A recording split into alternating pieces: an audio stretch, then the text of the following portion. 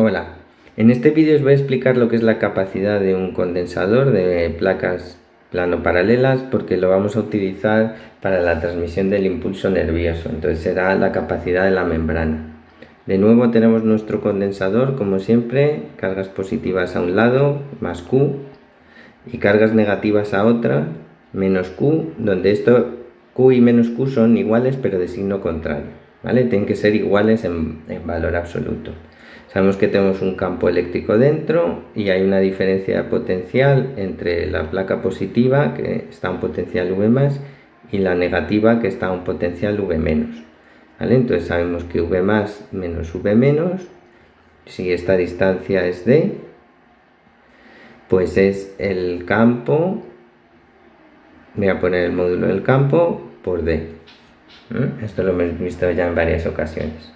Ahora, el módulo del campo sabemos también que tiene que ver con la cantidad de carga que tengamos por unidad de superficie. Recordad, las placas son placas en realidad y tienen un área A, las dos iguales, dividido por epsilon, donde epsilon es la permitividad del medio. En otras ocasiones he puesto epsilon sub 0 pensando que habría vacío dentro, pero como ya estoy pensando en la membrana biológica, pues la membrana biológica no tiene vacío dentro, sino que tiene un medio, entonces tendrá una permitividad epsilon, ¿vale? Recordad, la relación entre ambas es lo que se llama la constante dieléctrica del medio, que es siempre mayor que 1. Bueno, de aquí podéis juntar estas dos. Todo esto era un poco de repaso, la idea de capacidad viene ahora. Podéis juntar las dos y veis que queda, bueno, para simplificar a esto le voy a llamar, a esta diferencia de potencial le voy a llamar V, es el voltaje del condensador, V, ¿vale? Pero es una diferencia de potencial como hemos visto hasta ahora. Entonces tengo V igual a E por D, ¿vale? No os liéis, es la diferencia de potencial entre el punto, entre la placa más y la menos, tantos voltios. El campo es Q partido del área epsilon sub 0, entonces aquí podemos meter una en la otra y esto queda así. Bueno, epsilon sub 0 he puesto, he dicho que iba a poner epsilon, la costumbre. Y me falta la D. Bueno, entonces aquí veis que el potencial entre las placas de un condensador, la diferencia de potencial, si hablo con propiedad, es proporcional a la carga que acumula, ¿de acuerdo? A mayor carga, mayor potencial, a mayor potencial, mayor carga acumulada. Y la constante de proporcionalidad entre ambas es esta cosa geométrica, que no depende de cuánta carga haya, sino de cuestiones geométricas y del medio que haya dentro, ¿vale? Entonces eso se llama la capacidad.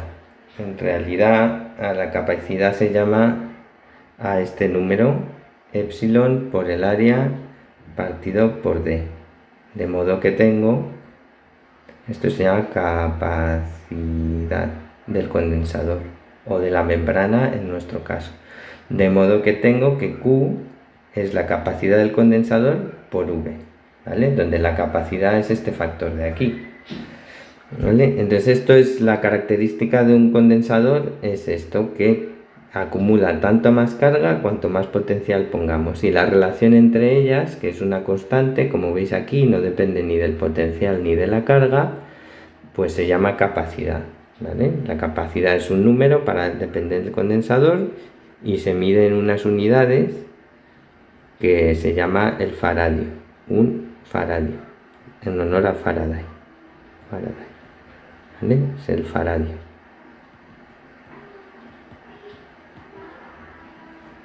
Que si veis, pues equivale a un coulombio por voltio también, ¿eh? Bueno, pero tiene un nombre especial y se llama faradio. Los condensadores que veis en los ordenadores y aparatos electrónicos, si los desmontáis, pues tienen capacidades de microfaradios o nanofaradios, ¿vale? El faradio es una unidad muy grande.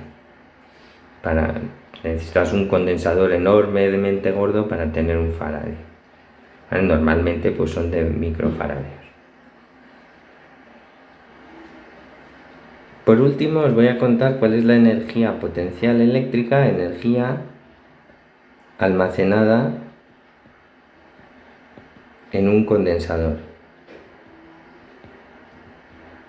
¿Vale? Los condensadores almacenan energía porque tienen cargas separadas a una cierta distancia, y como habíamos visto, al tener cargas separadas a una cierta distancia, pues hay una energía potencial asociada a esto. ¿Vale? La energía potencial, como vimos, pues tiene que ver con que hay cargas en una diferencia de potencial, la energía es Q por V.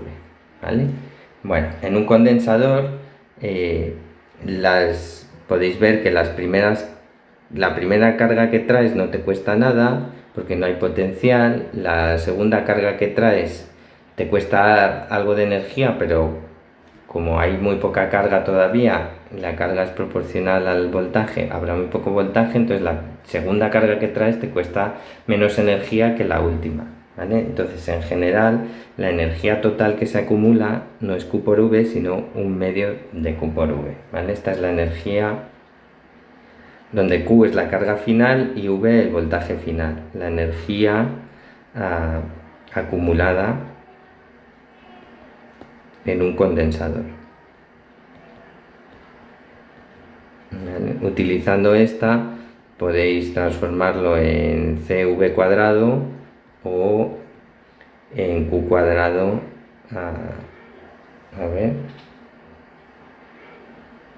entre C. ¿Vale? Cualquiera de estas son todas equivalentes y constituyen la energía que está acumulada aquí, que se podría utilizar, por ejemplo, a veces antes y los de ahora también, los flashes de las cámaras de fotos, pues normalmente acumulan la energía en un condensador y luego esa energía se vierte rápidamente sobre la lámpara provocando el flash.